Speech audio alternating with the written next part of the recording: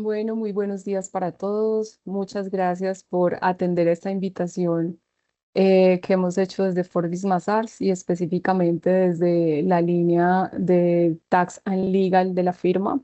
No sé, Heaven, si puedes por favor avanzar en la presentación, porque a mí se me quedó como pausada en el video. No sé si ustedes ya están viendo la presentación, Luis. Sí, Ángela, ya ahí está avanzando. Creo que ya se te debe estar sincronizando. Sí, está raro. Espérame, yo Ven, miro. si quieres, Ya, volvemos a la segunda diapositiva. Creo que ya a ya. Ángela se le sincronizó. Sí, volvamos a la primera, por favor. Eso, perfecto. Bueno, pues les decía muchísimas gracias por aceptar esta invitación. La idea de este conversatorio corto de una horita, somos muy ambiciosos y pensamos que vamos a abarcar todo este tema de régimen cambiario. Es un régimen bastante extenso, pero vamos a tratar de darles algunas bases que pueden ser de utilidad para el día a día en las compañías y en las operaciones que ustedes tienen que adelantar. Entonces, básicamente vamos a tratar asuntos de importaciones, exportaciones, vamos a hablar de inversión extranjera y de endeudamiento y de la mano de Luis vamos a hablar también de cuentas de compensación y de las obligaciones que vamos o que tenemos con las cuentas de compensación y que incluso ahorita estamos en vencimientos. Entonces, lo primero que les quiero dejar por acá es un marco legal general del régimen de cambios internacionales. En este marco ustedes encontrarán las normas bases y las normas que nos acompañan en el día a día a quienes están involucrados con este tipo de operaciones van a saber que la Resolución Externa 1/2018 o la Circular Reglamentaria de SIP 83 junto con sus anexos son el documento, pues en principio, o los documentos que en principio nos dan la guía y la pauta para las operaciones que estamos gestionando en nuestro día a día. Dale, Heaven, avancemos en la presentación. Lo primero que quiero hacer es darles algunas definiciones que consideramos por el ejercicio y por la experiencia que tenemos, que son base de este régimen y que muchas veces desconocemos y por ese desconocimiento es que caemos en posibles infracciones cambiarias. Entonces, avancemos, por favor.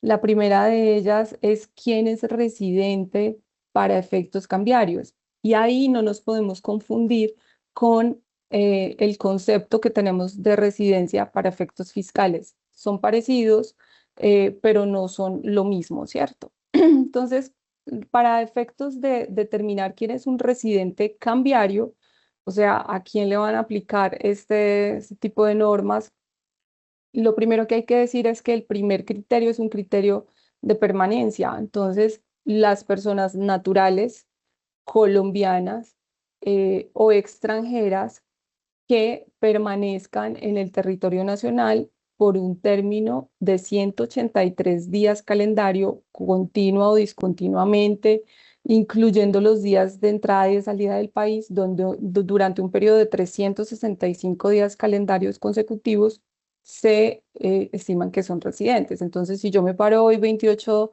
de abril, miro hacia atrás, reviso mi reporte de ingresos y salidas del país que me lo puede dar migración.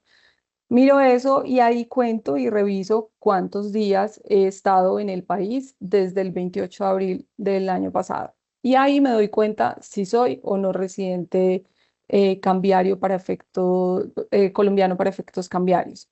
Esa es la primera. Y la segunda es las entidades o personas jurídicas, incluyendo las sucursales de sociedades extranjeras que se hayan registrado en el país. Entonces, si yo tengo una sociedad en el país, ya sabemos que es residente para efectos cambiarios, entonces tiene que dar cumplimiento a lo que le corresponda de acuerdo con el régimen. Y si tengo una sucursal de una sociedad extranjera debidamente registrada acá en el país, también lo tengo que hacer. Contrario censo, pues, ¿quién es un no residente? Pues un no residente será aquella persona natural o jurídica que no cumpla con estas condiciones, residencia y estar domiciliada o con domicilio principal aquí en el país para el tema de personas jurídicas. Es importante también establecer un principio que rige las operaciones entre residentes. Entonces, una vez yo determino que estas personas son residentes, hay que entender que todas las operaciones que se den entre residentes cambiarios se tienen que cumplir en moneda legal colombiana, es decir, en pesos. Entonces, yo no podría tener una sociedad registrada acá en Colombia y otra compañía registrada acá en Colombia, en donde yo le digo a esta otra compañía, te voy a comprar unas mercancías, una operación interna, te voy a comprar unas mercancías, pero te voy a pagar en una cuenta que tienes en el exterior. En principio, eso no se podría.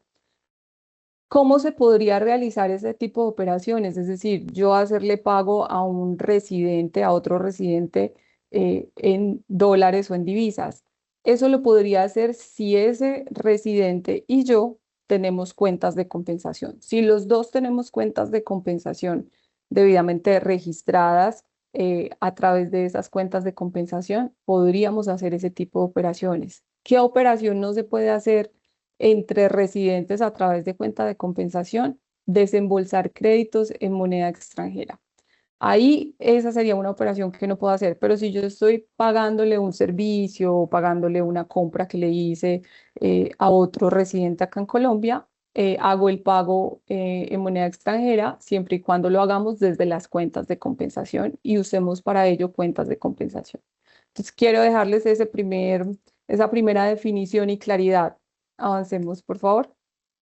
El segundo concepto que es importante tener en mente es cuáles son las operaciones de obligatoria canalización a través del mercado cambiario. ¿Qué es el mercado cambiario? Las operaciones que yo hago a través de intermediarios del mercado cambiario, bancos o a través de la cuenta de compensación. ¿Qué operaciones son las que tengo sí o sí que hacer a través de esas entidades o a través de esos mecanismos y que exigen la presentación de declaraciones de cambio?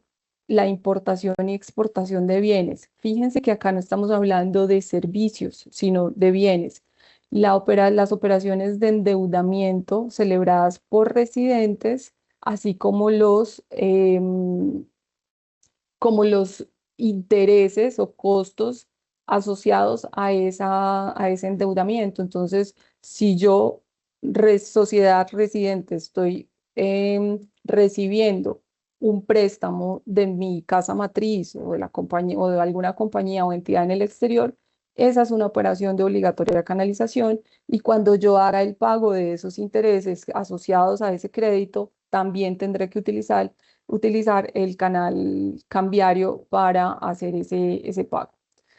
Las inversiones de capital del exterior en el país, así como los rendimientos asociados a las mismas. Entonces, esto que creo que sí debe ser muy, muy usual en sus operaciones del día a día es: yo tengo una sociedad colombiana y hay una sociedad extranjera que va a capitalizar esta sociedad colombiana, y la sociedad colombiana le va a emitir acciones. Ese tipo de operación es de obligatoria canalización. ¿Qué más? Ah, bueno, la compañía dio utilidad. Tenemos que distribuir unos dividendos que acabamos de pasar ordinarias, por ejemplo, reuniones ordinarias, y se determinó que vamos a entregarle dividendos a las compañías. Pues hacemos ese giro al exterior a través también de un determinado formulario para esos efectos. Las inversiones de capital colombiano en el exterior, lo mismo. Voy a invertir en sociedades en el exterior, tengo que hacer el registro. Las inversiones financieras en títulos emitidos o en activos radicados en el exterior. Voy a comprar un inmueble en el exterior con recursos que tengo acá en Colombia, tendría que hacer el registro. Avales y garantías en moneda extranjera y operaciones de derivados y operaciones peso divisa también son de obligatoria canalización o canalizables pues a través del mercado cambiario. Adelante, GB. Es importante saber que Todo esto, como les decía, lo hago a través de declaraciones de cambio, pero lógicamente, pues no estamos exentos de que cometamos algún error dentro de el diligenciamiento de estos formularios y, por ejemplo, utilicé un formulario o una declaración de cambio por servicios, transferencias y otros conceptos, que es un formulario para operaciones que no son obligatoriamente canalizables como las que acabamos de ver.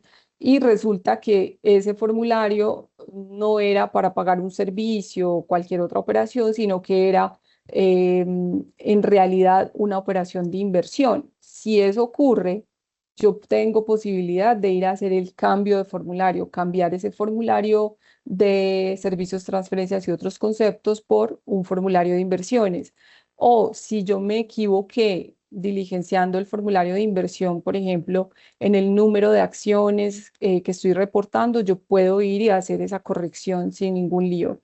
Ya hay otros trámites, por ejemplo, en endeudamiento, que implica que si yo voy a hacer el cambio de ese formulario, implica que anulo ese formulario de endeudamiento y registro el nuevo formulario. La norma dice que puedo hacer esas operaciones en cualquier tiempo, entonces es posible hacer eso. Lo que hemos visto que más pasa es que estamos utilizando formularios de operaciones que no son de obligatoria canalización cuando corresponde realmente a declaraciones de cambio porque la operación es de obligatoria canalización como las que acabamos de ver. Entonces, en esos casos yo tengo la posibilidad de ir a hacer este tipo de ajustes, la norma me lo permite.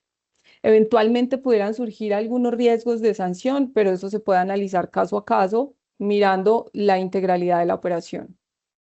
Dale, Jefe. Este tema es muy importante. ¿Qué son las cuentas de compensación? Las cuentas de compensación son cuentas bancarias que residentes colombianos han constituido, o registrado o abierto en el exterior con entidades financieras del exterior y las marco como cuenta de compensación. Esa marcación de la cuenta de compensación se hace ante el Banco de la República, ante el sistema de información cambiaria del Banco de la República, que ya tiene una plataforma para ello.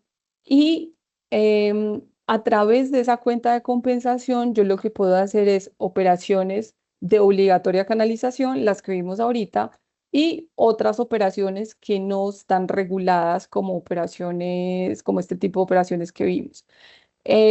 ¿Cuáles son las características de estas cuentas? Que tiene que registrarse como cuenta de compensación dentro del mes siguiente, contado desde la realización de la primera operación obligatoriamente canalizable. Entonces, hoy yo estoy pagando, por ejemplo, desde una cuenta que tengo en el JP Morgan en Estados Unidos, una importación que hice.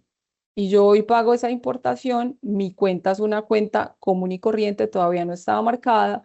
Yo tengo entonces hasta el 28 de mayo para ir y hacer el proceso ante el Banrep a través de esta plataforma y marcarla como cuenta de compensación.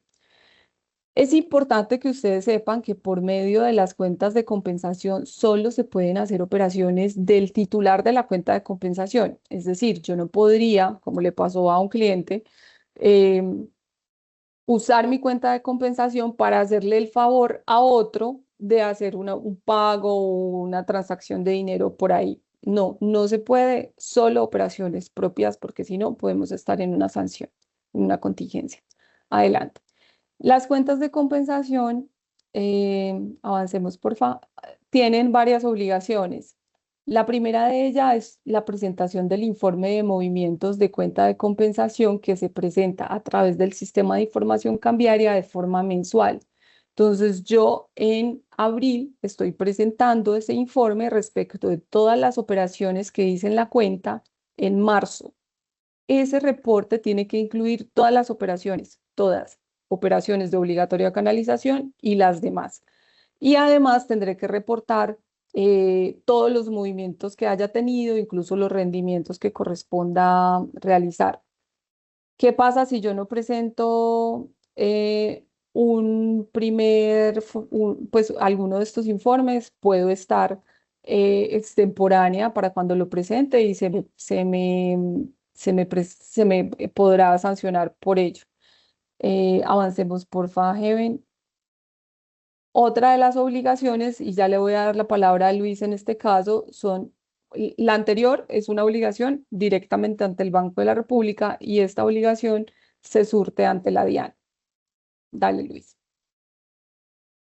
Bueno, Ángela, muchas gracias. Buenos días para todos. Si bien lo decía Ángela, tenemos dos obligaciones para las cuentas de compensación. Una es un reporte mensual de los movimientos, el informe de movimientos ante el Banco de la República, pero también tenemos un reporte que debemos realizar de manera trimestral ante la DIAN. Esto tiene un marco legal que lo pueden ver en pantalla, donde tenemos la resolución externa 1 de 2018, tenemos la de SIP de 2023, el decreto ley 2245, que es donde se maneja todo este régimen sancionatorio y procedimental de la competencia que tiene la DIAN precisamente para sancionar el incumplimiento en el manejo cambiario. Y adicionalmente tenemos dos resoluciones nuevas. Tenemos una resolución 180-2024, esta resolución de información exógena, donde la DIAN nos dijo, vamos a hacer un cambio en el reporte de información exógena que se había manejado anteriormente, vamos a incluir nuevos formatos y adicionalmente vamos a hacer un cambio que fue el cambio más grande en el tema del prevalidador cambiario que se está utilizando. Adicionalmente, ya tuvimos la resolución 204 del 3 de abril de 2025. Esta resolución es la que nos está manejando todo el tema de información exógena cambiaria. ¿Por qué? Porque es donde se incluyó todo el tema del contenido de los formatos, las características técnicas del reporte de información exógena que debería ser y todos aquellos particularidades de cada uno de los formatos que debemos tener en cuenta a la hora de realizar la presentación. Si quieres, vamos a la siguiente, por favor. En este caso, tenemos tres prevalidadores que hemos manejado en el tema de información exógena cambiaria. Tuvimos un primer prevalidador que fue la versión 2.4. Esta versión 2.4 se utilizó precisamente para el primer trimestre del 2022 y para los trimestres anteriores. Acá hacíamos la presentación, presentábamos los formatos, cumplíamos con nuestros reportes de información exógena cambiaria y después tuvimos una variación. La variación vino con el prevalidador 2.5.1, el cual tuvo una vigencia del segundo trimestre del 2022 hasta el tercer trimestre del 2023. Esto cumplió las mismas funciones, hacíamos la presentación por medio de este prevalidador y por medio de esta resolución 204 de 2025 tuvimos el prevalidador cambiario 3.0. ¿Qué hace este prevalidador cambiario? Nos trae nuevas modificaciones con el tema de los formatos que ya vamos a ver un poco más adelante y adicionalmente nos dijo, este va a ser el prevalidador que va a regir desde el cuarto trimestre de 2023 hasta adelante, hasta la fecha en la que por alguna razón la DIAN quiera modificar el prevalidador, se incluya un nuevo prevalidador o haya una modificación en el tema de la información exógena cambiaria. Si quieres, vamos a la siguiente. Acá es un punto muy importante. Tenemos varios prevalidadores. Hemos hecho operaciones desde años anteriores que por alguna razón yo tuve que hacer una modificación en la operación. Por ejemplo, puse mal el numeral y lo vine a modificar hasta ahora. O en el tema de importaciones y exportaciones, no tuve la declaración de importación y exportación en el momento. Y es por ejemplo, ahorita en el mes de abril de 2026, cuando me entregaron como tal la declaración de importación y ya tuve la información necesaria para hacer la presentación. ¿Qué nos dice la norma? Para hacer modificaciones de datos de documentos aduaneros y de los valores legalizados en, por ejemplo, pago de mercancías, yo tengo que ir a modificarlo por medio del formato 1066 del prevalidador 3.0. No es que yo vaya a utilizar prevalidadores anteriores porque es que esa fue la fecha en la que yo hice el reporte inicial. No, yo tengo que usar el prevalidador cambiario 3.0 y reportar esa modificación en el periodo en el cual yo la estoy realizando, es decir, en el trimestre de abril de 2026. Y pasa lo mismo con el tema de las legalizaciones de los documentos aduaneros. Yo, por ejemplo, ya tuve la declaración de importación, tuve la declaración de exportación, ahora por medio de este formato 1067, el prevalidador 3.0, es que voy a realizar dicha inclusión y voy a reportar el movimiento. Vamos a la siguiente, por favor. Muy importante, el tema de los plazos. Y es que la resolución 204 de 2025 nos trajo todos los plazos en los cuales yo debería realizar la presentación de los reportes de información cambiaria. ¿Por qué? Porque desde el cuarto trimestre de 2023 hubo una suspensión en el reporte. No teníamos prevalidador vigente, estábamos espera que la DIAN expidiera estas resoluciones con la información correspondiente al prevalidador 3.0 y todos aquellos formatos y modificaciones que se iba a realizar en estos reportes. ¿Qué pasó? Teníamos unas fechas establecidas en esta resolución 204 para el cuarto trimestre de 2023 y todos los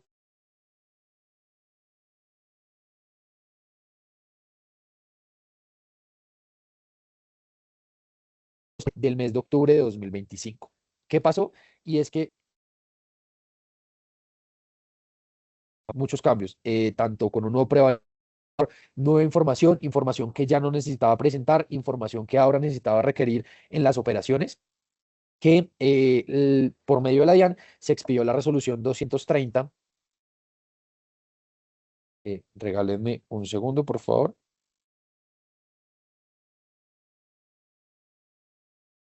¿Ahí me están escuchando bien?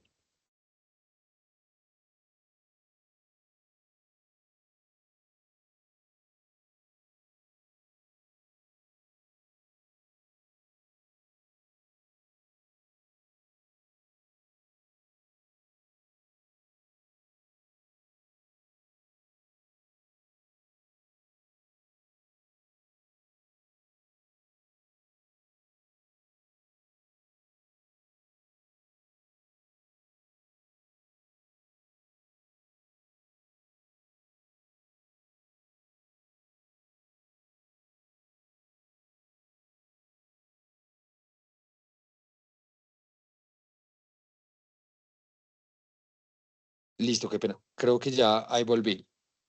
¿Me confirman, por favor? Sí, ya te escuchamos, Luis.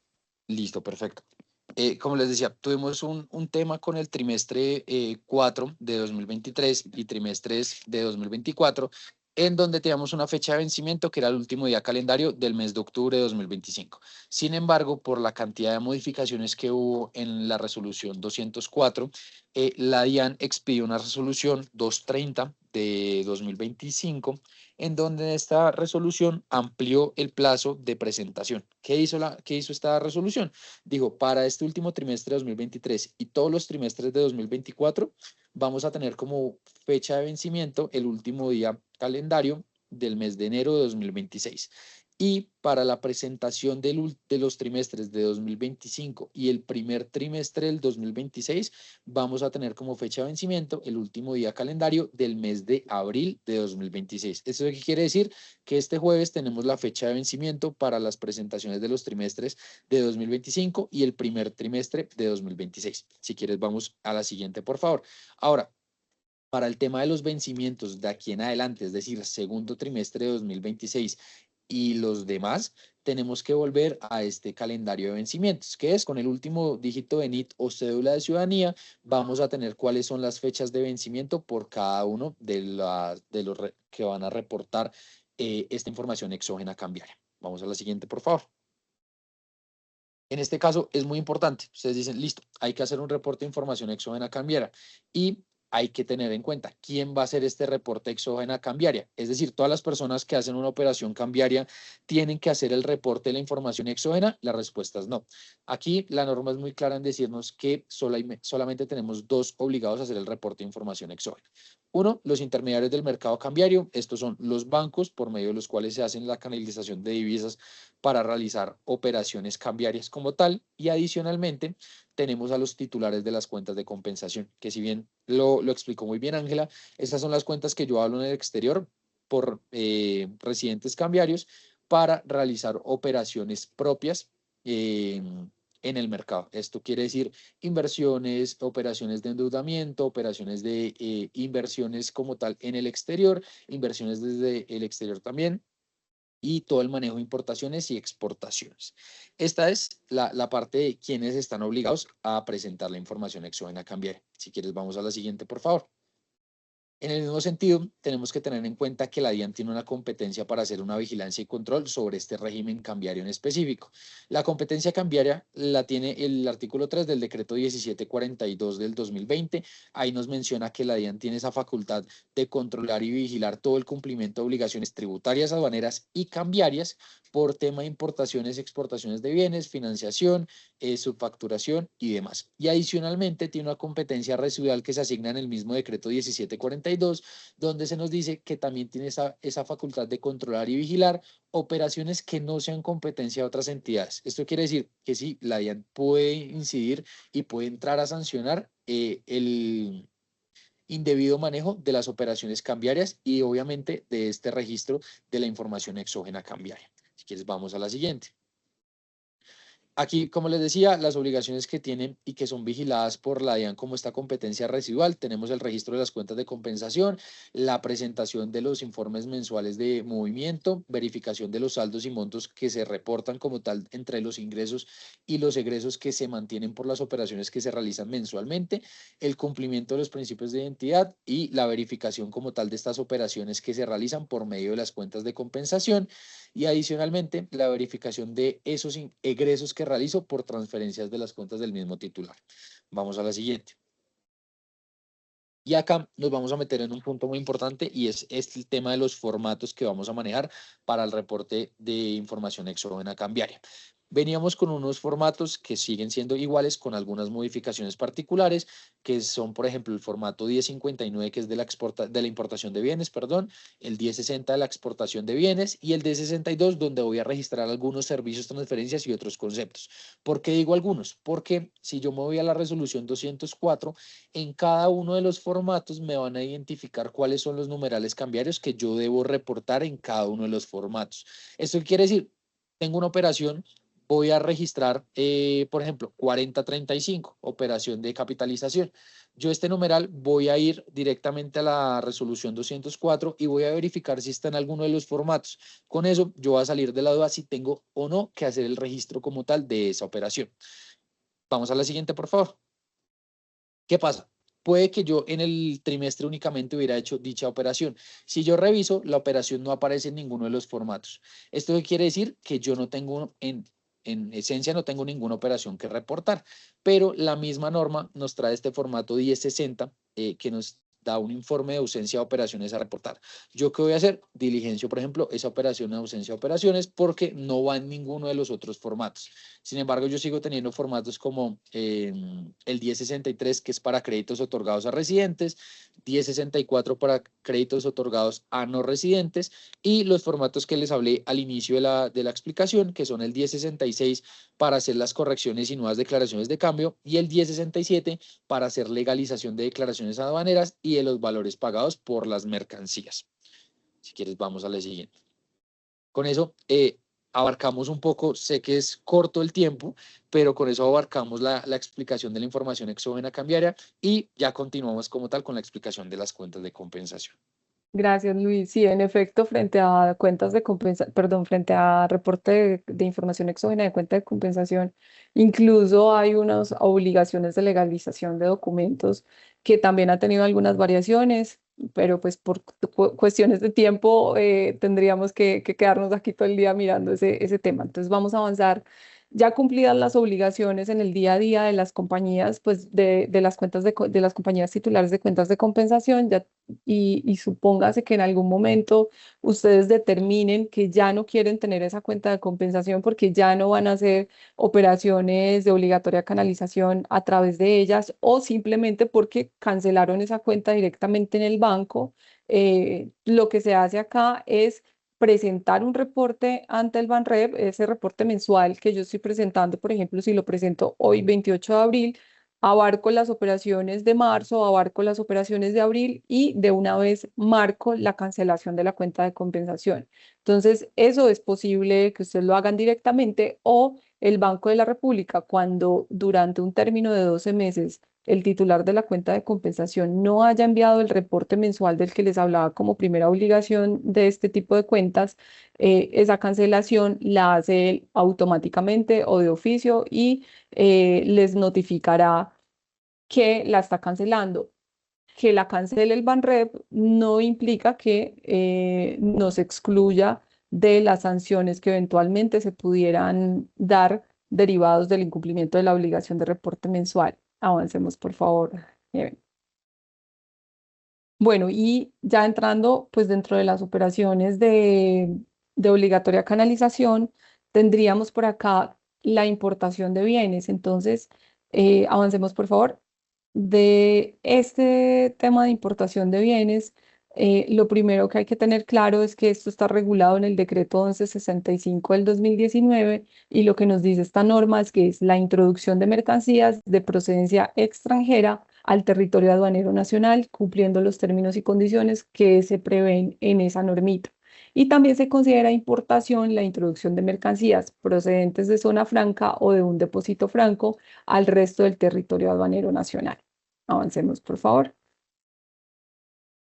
Entonces, aquí hay varias condiciones que se establecen al régimen de importaciones que es importante tener en cuenta. Lo primero es que hay algo que se llama el principio de identidad cambiaria, que lo que exige es que el titular de la importación, es decir, la empresa colombiana que está importando, sea la que realice el pago de sus importaciones.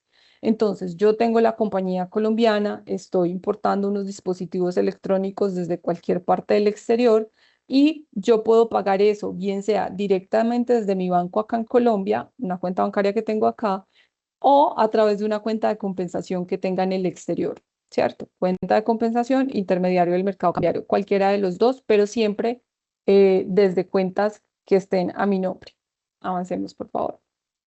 De igual forma, lo que dice la norma es que yo le puedo pagar bien sea a quien me está vendiendo las mercancías, a ese proveedor, o se las puedo pagar a un cesionario o a centros de personas que adelanten en el exterior la gestión de pagos o recaudos. Entonces, fíjense que el principio de identidad aquí se está dando de respecto de quién paga, ¿cierto? Colombiano o residente pagando. El que importó es el que paga. ¿A quién le pago? Puede ser directamente a ese proveedor o al cesionario que ese proveedor haya designado.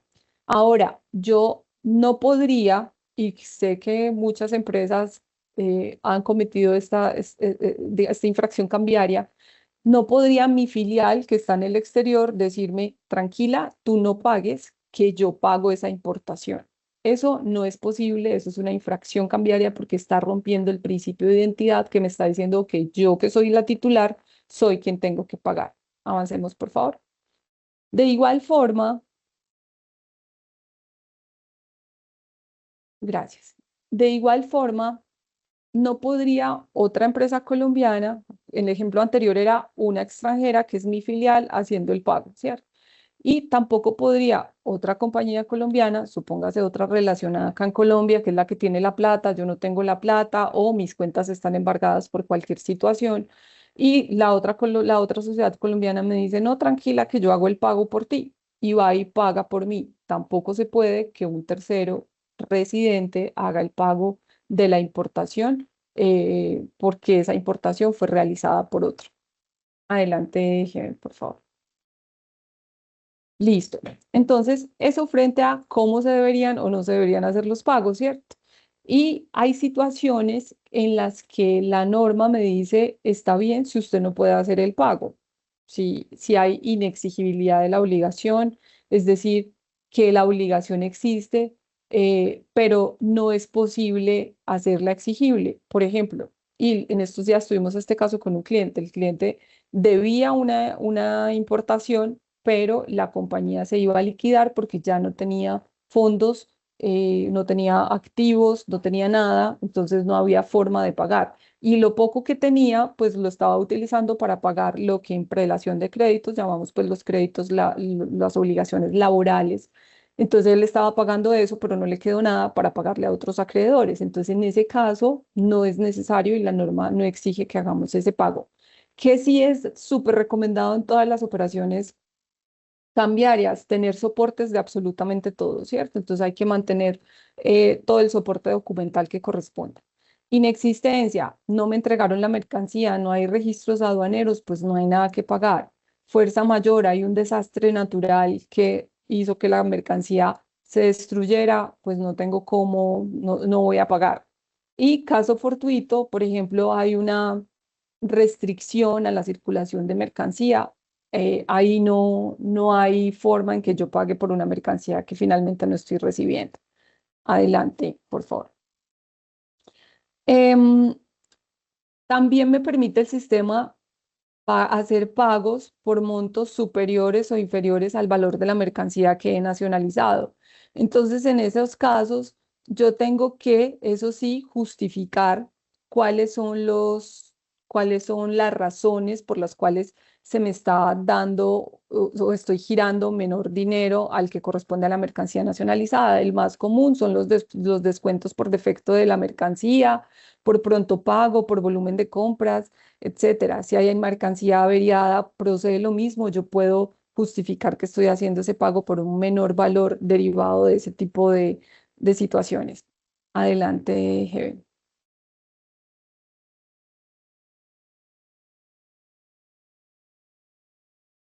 Yo puedo hacer pagos de importaciones en moneda legal siempre y cuando el proveedor de la mercancía tenga una cuenta en moneda legal aquí en Colombia. Entonces, en ese caso, yo le podría pagar a esa compañía acá.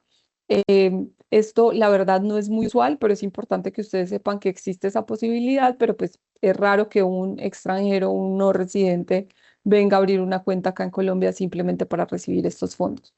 También se puede hacer el pago con tarjeta de crédito, tarjeta de débito o a través de transferencia de fondos y para los pagos pues con tarjeta de crédito, el registro de utilización de la tarjeta de crédito será tomada como la declaración de cambio.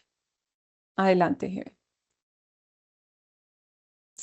Dentro de las obligaciones de comercio exterior, entiéndase importación y exportación, no es admisible que se dé la compensación, ¿cierto? Entonces, por ejemplo, si un proveedor del exterior por algo me está vendiendo unas mercancías, yo le estoy debiendo esa importación y a su vez yo le exporté unas mercancías que él me está debiendo, entonces nos estamos debiendo mutuamente. Yo no podría decir, bueno, como usted me debe y yo le debo, netiemos y simplemente le tengo que pagar este saldito. Eso no se puede porque en materia de comercio exterior está prohibido hacer ese tipo de operaciones, entonces evitemos incurrir en ese tipo de infracciones. Ahí lo procedente es que yo le pago lo que le corresponde a la importación y él me tendría que pagar lo que corresponde a esa exportación. Lo que sí puedo hacer es dar en pago por esa obligación que tengo otros bienes o activos que tenga, por ejemplo, o maquinaria, o le pago con algún activo que tenga acá un inmueble, o con otras, o con cuentas por cobrar que tengo acá, eso sí lo puedo realizar. Em, en estos casos de dación en pago no aplican los procedimientos de corrección, cambios de declaración ni evolución y tengo que conservar los documentos relacionados con qué activo es el que estoy entregando, por qué valor lo entregué, dónde se dio la aceptación de toda la operación. Avancemos, por favor. Y en estos pagos en operaciones trianguladas o de venta drop, hay una excepción al tema del pago de importación. Aquí pues básicamente es una compañía colombiana comprándole una mercancía a un proveedor del exterior y esa mercancía, este colombiano, se lo va a vender a su vez a a un cliente que tiene en el exterior. Entonces lo que le dice la colombiana al proveedor es, oye, necesito estos dispositivos electrónicos, pero no me los entregues a mí, sino que entrégaselos a tal compañía, por ejemplo, que está en Ecuador. Entonces, o en Panamá, pues para no meternos con Ecuador en este momento, en Panamá. Y en ese sentido, lo que hace la compañía colombiana es pagar, pero ya al hacer el pago no está utilizando la declaración de cambio por importación, sino que en este caso le paga al proveedor con una declaración de cambio de servicios, transferencias y otros conceptos, porque no hay propiamente una importación, dado que no está entrando mercancía al país y hay un numeral especial relacionado para ese tipo de operaciones. Y ya el comprador o el cliente que está en el exterior al cual le vendí los dispositivos electrónicos, en el que no hay una exportación propiamente dicha porque yo no estoy sacando mercancía del país, él me va a pagar también a través de una declaración de cambios de servicios, transferencias y otros conceptos con un numeral especial relacionado con esta operación. Adelante, Jeven, por favor. Listo, eso es frente a importaciones, frente a exportaciones. Avancemos, por favor. Lo que vamos a decir acá es que es la salida de mercancías del territorio aduanero nacional con destino a otro país, que también se considera exportación la salida de mercancías a una zona franca y a un depósito franco, y que todas las operaciones entre residentes, acordémonos de ese primer concepto, sean o no usuarios de zona franca, se consideran operaciones internas pagaderas en moneda legal colombiana, independiente de la calificación aduanera que tengan. Avancemos. Aquí hay una serie de obligaciones que se imponen a los exportadores. Muchas son parecidas a las que vemos en importación. Entonces, la primera es que tienen que cumplir con el tema de identidad cambiaria, así como en exportación decíamos, perdón, en importación decíamos, el que importa es el que tiene que pagar. En este caso decimos, el que exporta es el que tiene que recibir el pago. No lo puede recibir un tercero, no lo puede recibir otra persona. Ahí se da el principio de identidad cambiaria y es que mi cliente del exterior me está pagando a mí, ¿cierto? Yo fui el que exporté y a mí me pagan. ¿Cómo me pagan? A través de la cuenta de compensación, como lo habíamos hablado al inicio, o a través del intermediario del mercado cambiario. Em, y acá también es importante establecer que yo puedo hacer las operaciones por montos superiores o inferiores del valor de la mercancía exportada, puedo canalizar valores distintos, pero tengo que tener la capacidad de justificar ante la DIAN por qué ese valor es menor o mayor al valor de la mercancía. No será exigible, al igual que en importaciones, la canalización de pagos cuando existan fuerza mayor, caso fortuito, inexistencia o inexigibilidad de la obligación. Avancemos, por favor. Y frente al pago, también se puede hacer en moneda legal a través de estas cuentas que les mencionaba que puede el comprador. Puede, en el caso de las importaciones, es el proveedor registrando una cuenta acá en Colombia. En este caso es el comprador o el cliente que tiene una cuenta acá en Colombia, moneda legal, y a través de ellos podemos hacer la operación y tendríamos que presentar una declaración de cambio dentro de los 5 días hábiles siguientes al abono en cuenta, utilizando pues un determinado numeral cambiario. También puedo pagar con tarjeta de crédito. Y a través de la cuenta que bien puede abonarse eh, a mi cuenta que tengo en un IMC acá en Colombia o abonarse a la cuenta de compensación, es válido y tendré que presentar los informes que correspondan. Avancemos, por favor. Em, es importante saber que yo puedo ceder mi cuenta por cobrar derivada de esa exportación a un tercero, el famoso factoring. Yo vendo la factura, ¿cierto? Entonces, en esos casos, el residente exportador debe reintegrar esas divisas mediante la canalización, pues por conducto del mercado cambiario, suministrando los datos mínimos de la declaración de cambio por exportaciones de bienes. Y si hay un concepto, tengo que tener pues como los soportes relacionados con eso. Y al igual que en materia de importaciones, acá también puedo recibir una dación en pago como parte de pago de esa obligación de exportación. Adelante, por favor.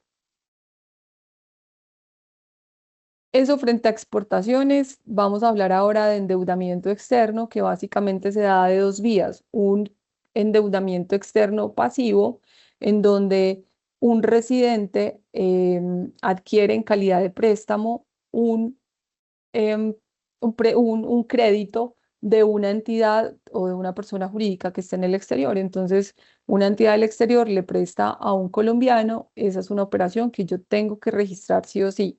Por ejemplo, mi casa matriz está, no sé, en China y está prestándole recursos constantemente a la compañía colombiana. Ese crédito que viene de esa sociedad del exterior, yo tengo que registrarlo acá en Colombia. Y si voy a pagar intereses de ese crédito, tengo que hacerlo también a través de un formulario o una declaración de cambio. De igual forma, yo, residente colombiano, residente cambiario colombiano, puedo prestarle a compañías del exterior. Entonces, no sé, tengo una compañía en Panamá que en este momento se quedó sin liquidez y necesita pagar algunas obligaciones. Yo puedo prestarle esos recursos a esa compañía y acá en Colombia yo haré el registro de ese endeudamiento. Adelante, porfa. Esos créditos pueden ser para cualquiera de estas operaciones, capital de trabajo, comercio exterior. Y en comercio exterior es importante tener en cuenta que, por ejemplo, yo puedo pedir financiación de importaciones y en ese caso la competencia es de la DIAN. Y en inversiones internacionales, los anticipos para futuras capitalizaciones que muchas veces traemos de compañías del exterior son un crédito realmente y son de competencia de la Superintendencia de Sociedades. Avancemos, por favor. El desembolso, en principio, se tiene que hacer a través del mercado cambiario. Hay algunas excepciones.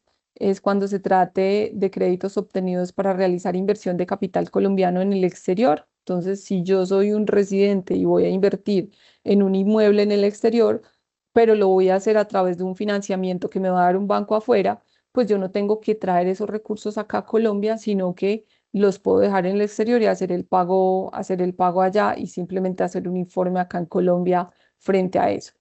Las deducciones que efectúe el acreedor al momento del desembolso del crédito por concepto de intereses, impuestos y servicios vinculados directamente con el préstamo.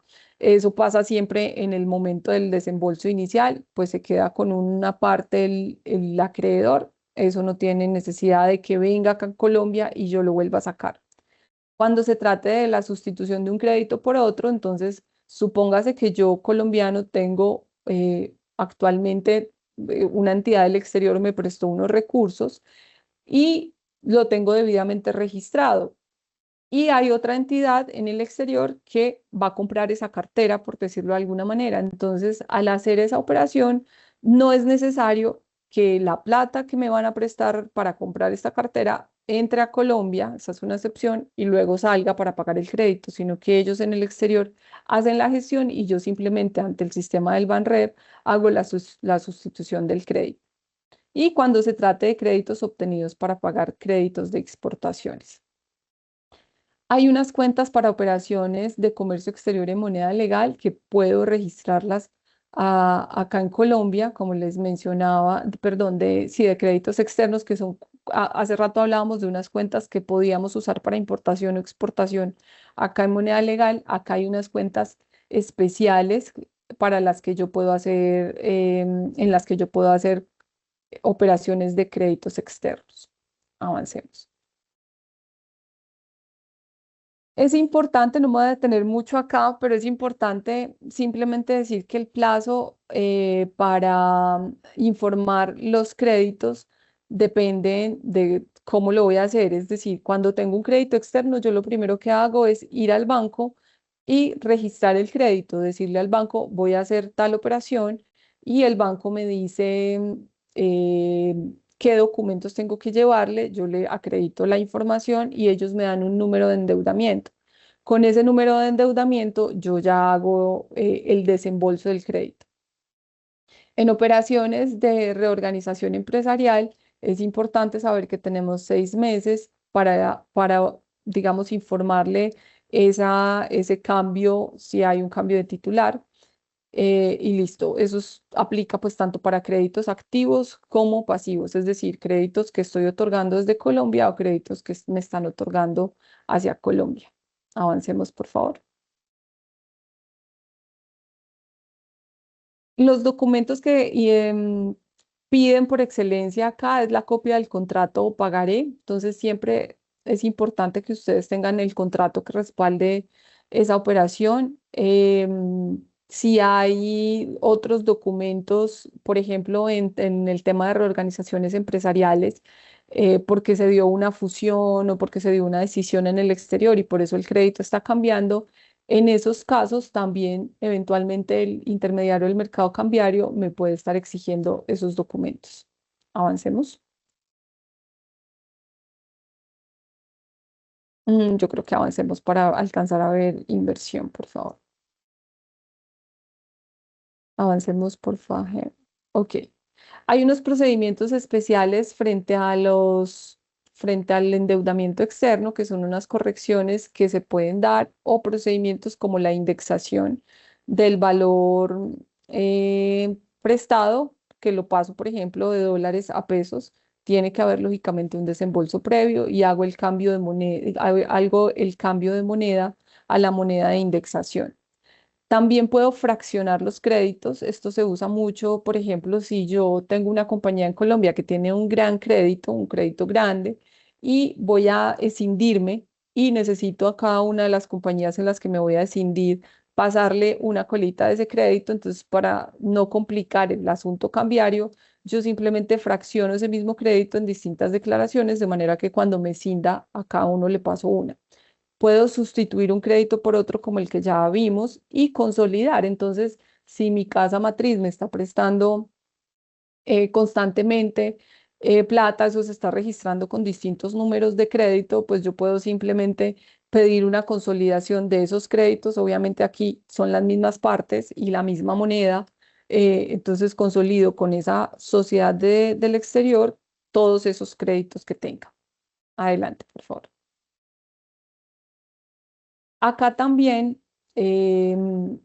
tendríamos que decir que pese a que es una obligación que se debe extinguir mediante el pago, es decir, yo tengo que pagar para cerrar el canal cambiario, también puede extinguirse. La norma nos da la opción de que lo hagamos mediante dación en pago.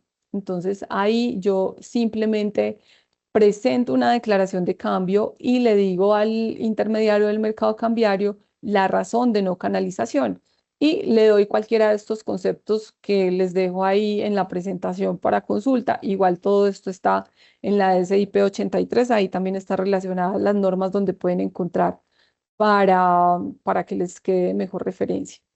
Adelante, Jeven, por favor. Si yo no tengo la posibilidad de pago por cualquier situación, la canalización no será exigible. Yo en todo caso tendría que ir al banco respectivo, al intermediario del mercado cambiario y presentar una declaración de datos mínimos indicando la razón por la cual no estoy haciendo esa canalización. Eventualmente los intermediarios del mercado cambiario me pueden pedir un certificado del revisor fiscal si la compañía tiene o del contador público en donde conste esa cancelación de la cuenta por pagar o de la cuenta por cobrar, por la cual no se está dando la canalización de ese crédito, del pago de ese crédito.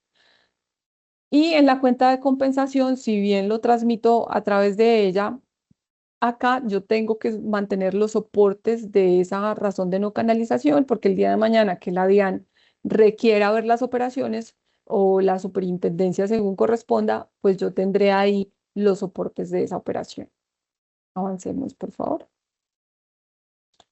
Y por último, vamos a hablar de inversiones internacionales. Básicamente aquí hay que hablar de algunas definiciones de manera previa, que son el principio de igualdad en el trato, que básicamente lo que dice la norma es que un no residente va a tener, que invierta en Colombia, tiene que ser tratado para todos los efectos de igual forma que la inversión de los residentes. La declaración de registro de inversiones internacionales hay que hacerla de manera inicial cuando yo estoy trayendo, por ejemplo, el capital a la sociedad colombiana o cuando yo voy a hacer una sustitución, es decir, un cambio en los titulares, en la destinación o en la empresa receptora de una inversión internacional. Y también tengo una declaración de cancelación cuando la inversión que yo estoy haciendo en el exterior o que están haciendo en Colombia se cancela, ¿cierto? Donde ya no la voy a tener, voy a dejar de ser titular y ya no voy a tener esta calidad en Colombia. Ahí, digamos que va muy de la mano la declaración de sustitución con la declaración de cancelación, porque generalmente cuando, por ejemplo, un no residente, una empresa, es la que normalmente, y hace poco pasó pues por un tema de reorganización en el exterior, una compañía era la titular de un paquete de acciones de una sociedad en Colombia, una compañía del exterior titular de un paquete de acciones de una sociedad en Colombia, y esa compañía en el exterior le cede a otra compañía en el exterior las acciones que tiene acá en esta compañía colombiana.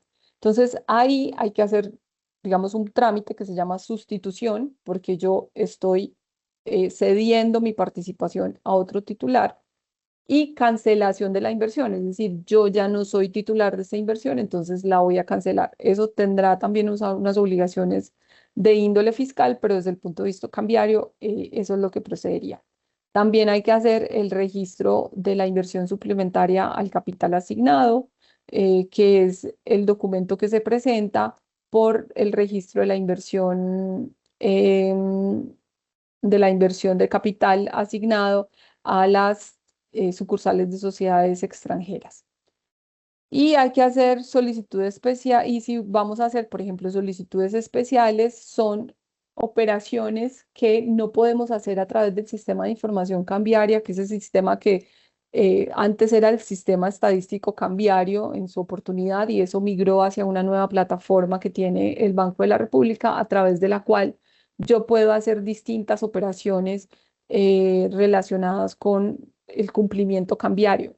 Hay algunas que no se permiten hacer a través de esta plataforma, entonces en ese caso yo puedo elevar una solicitud especial a través de unos canales que el banco ha dispuesto para ello, y se tramitan a través de eso.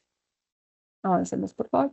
Es importante que ustedes sepan que a través de ese sistema de información cambiaria, ustedes pueden descargar los extractos de inversión. Es decir, yo puedo ver que son los famosos estados de cuenta que hasta hace algunos años nosotros enviábamos un derecho de petición al Banrep, y el Banrep nos mandaba el reporte de quiénes eran los inversionistas en nuestra compañía colombiana, o yo colombiano, en qué sociedades tenía inversión en el exterior.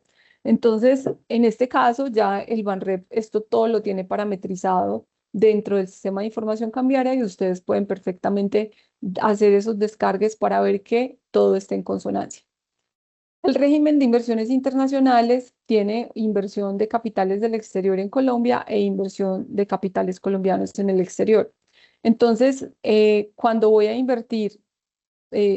invertir en Colombia, hay que saber que se puede hacer a través de inversión directa o inversión de portafolio. La inversión directa es la participación en sociedades nacionales, en negocios fiduciarios, en inmuebles ubicados en el país, en contratos de colaboración, concesión, entre otros, cuyas rentas dependen de las utilidades de la empresa, participaciones en el capital asignado e inversiones suplementarias al capital asignado de una sucursal, participaciones en fondo de capital privado y activos intangibles adquiridos con el propósito de ser utilizados para la obtención de un beneficio económico acá en Colombia. Y la inversión de portafolio, pues ya es inversión en el registro, en valores inscritos en el Registro Nacional de Valores y otras participaciones. Avancemos, por favor, a ver si le robamos 5 minuticos más. Em, en principio, no hay una restricción para que un inversionista venga a invertir en negocios en Colombia, salvo en actividades de defensa y seguridad nacional y en procesamiento, disposición y desecho de basuras tóxicas, peligrosas o radioactivas no producidas en el país. Esas serían como las únicas restricciones. Es importante que sepan que los inversionistas deben nombrar un apoderado acá en Colombia. La norma lo exige. Pueden tener uno por cada inversión que haga, y que los inversionistas van a tener unos derechos derivados de haber registrado la inversión. Uno es que pueden reinvertir las utilidades, otros que pueden capitalizar las sumas con derecho a giro. Entonces, por ejemplo, la compañía decretó dividendo, pero estamos haciendo un llamado de capital, y lo que hacemos es capitalizar ese dividendo. Entonces, de esa manera lo podrían hacer y se hace un registro adicional. Remitir las utilidades al exterior, esto es una operación de obligatoria canalización también, y remitir al exterior las sumas recibidas producto de la enajenación de esa inversión dentro del país.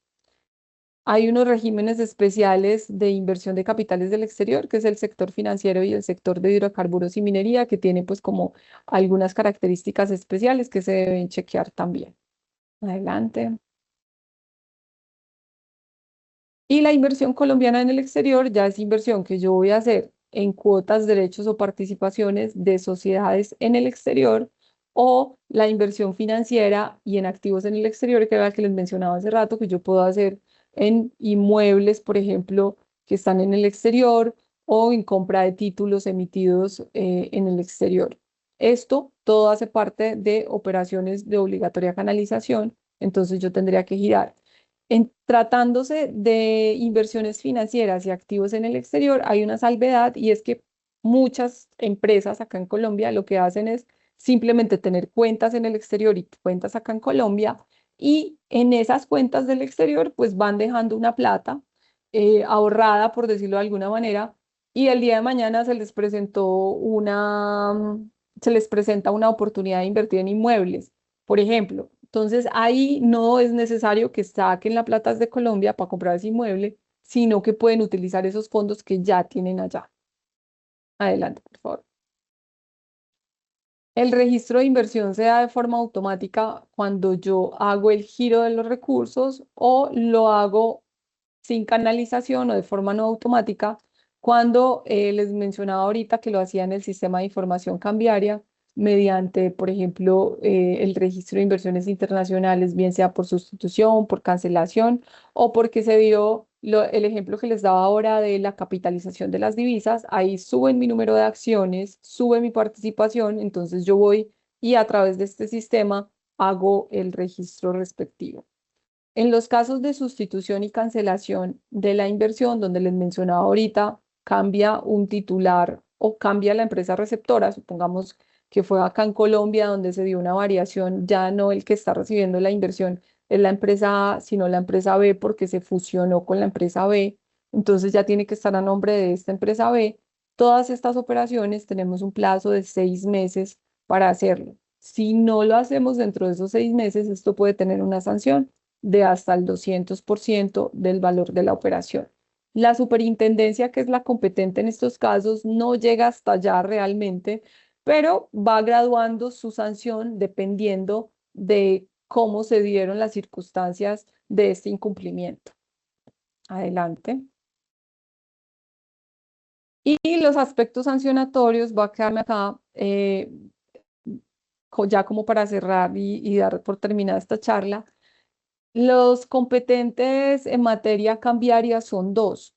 La competencia la tiene la Superintendencia de Sociedades respecto de inversiones, avancemos porfa, respecto de inversión extranjera o inversión colombiana en el exterior, que son estas que están acá, y de personas jurídicas y naturales y operaciones de endeudamiento externo realizado por empresas o sociedades públicas o privadas. El resto de situaciones le corresponden a la DIAN. Entonces, si yo tengo asuntos o infracciones en materia de cuenta de compensación, eso le corresponde a la DIAN. Importaciones, exportaciones, endeudamiento de personas naturales le corresponde a la DIAN. Entonces, dentro del sistema de la Superintendencia de Sociedades, las sanciones son hasta el 200% del valor, ¿cierto? Del valor que canalicé mal, que no canalicé, que no informé dentro del plazo. Entonces, la superintendencia se mueve en ese rango, desde el 0 hasta el 200%. Tiene unos criterios internos para graduar esa sanción, es decir, ellas no van a ir a imponerte el 200% de una como sanción, sino que lo van a hacer dependiendo de las circunstancias que se dieron ahí. ¿Qué pasa en la DIAN? En la DIAN depende de la operación, hay una sanción para cada cosa. En algunos asuntos es el 100% del valor, en otros temas son 25 VTs por cada infracción. En materia de superintendencia de sociedades, el término de caducidad, es decir, cuánto tiempo tiene la superintendencia para sancionarme si yo cometí una infracción, tiene 2 años contados a partir de la fecha de la infracción. O de, por ejemplo, si presenté un formulario extemporáneamente, pues se contará a partir de ahí. Para la DIAN, este periodo es de 5 años, ¿cierto? Hay que sentarse a revisar cada proceso como tal. Obviamente esto no se impone de entrada, sino que hay unos procesos que se surten tanto en la DIAN como en la Superintendencia de Sociedades. Para ello, hay posibilidad de allanarse a la sanción en cada momento procesal y eso hace que se reduzca la sanción. Y bueno, y finalizará pues o bien con el archivo, la imposición de la sanción, y esos actos después son demandables ante la jurisdicción contencioso administrativa, así como pasa, por ejemplo, en impuestos. Eso es lo que queríamos contarles. Corrimos con algunas cositas, pero lo que queríamos con esta charla es mostrarles que hay un régimen que tiene mucho contenido, que tiene varios temas respecto de los cuales uno debería estar con el ojito puesto y definir qué asuntos, en qué asuntos yo estoy bien cumpliendo, estoy al día y que otros de pronto pues requieren como una revisión o una auditoría incluso de las operaciones que estoy dando, sobre todo en materia de importación y exportación, pues porque el término además es de 5 años. Y es importante pues tener ese tipo de situaciones bajo control o por lo menos saber cuáles son los riesgos hacia los que estoy enfrentada. El tiempo es muy corto y pues lastimosamente no nos da para abarcarlo con un poco más de detalle, pero podríamos hacer una nueva charla y enfocarnos en alguno de estos asuntos.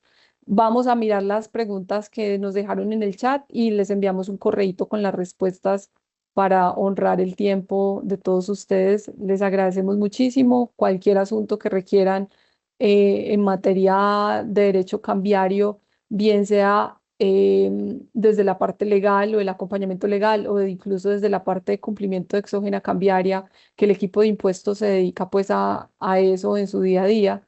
Bienvenidos. Ahí tienen nuestros contactos, se los envían pues cuando les envíen las memorias de este evento. Y bueno, estamos muy pendientes de lo que necesiten. Muchas gracias por su asistencia.